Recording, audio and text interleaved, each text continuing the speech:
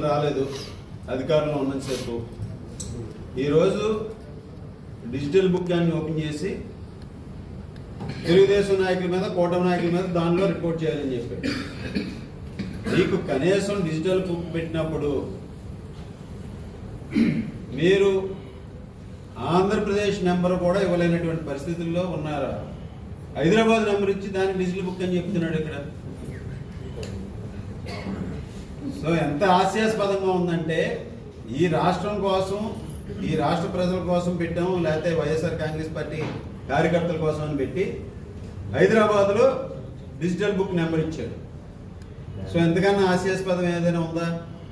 మీరు అటువంటి ఇక్కడ జగన్మోహన్ రెడ్డి గారు డిజిటల్ బుక్ హైదరాబాద్లో, ఆయన నివాసం బెంగళూరులో, రాజకీయాలు ఇక్కడ.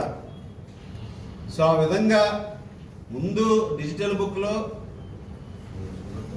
తల్లి చెల్లి రిపోర్ట్ చేయాలి. డిజిటల్ బుక్లో మీరు చేసినటువంటి అన్యాయానికి తల్లికి చెల్లికి వాళ్ళు డిజిటల్ బుక్లో కూడా పెట్టారని చెప్తున్నారు.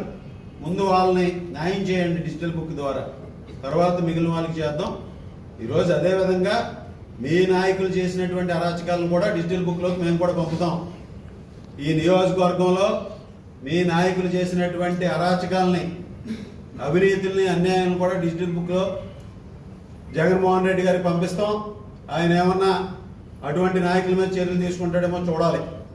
సో ఆ విధంగా కూడా డిజిటల్ బుక్ కూడా ఈరోజు తెలుగుదేశం పార్టీ నాయకుల మీద, తెలుగుదేశం కార్యకర్తల మీద కూడా ఏ విధంగా కేసులు పెట్టారో, హింసించారో దాన్ని కూడా ఈ డిజిటల్ బుక్ ద్వారా తీసుకొస్తామని సందర్భంగా మీ అందరికీ కూడా తెలియజేస్తాం.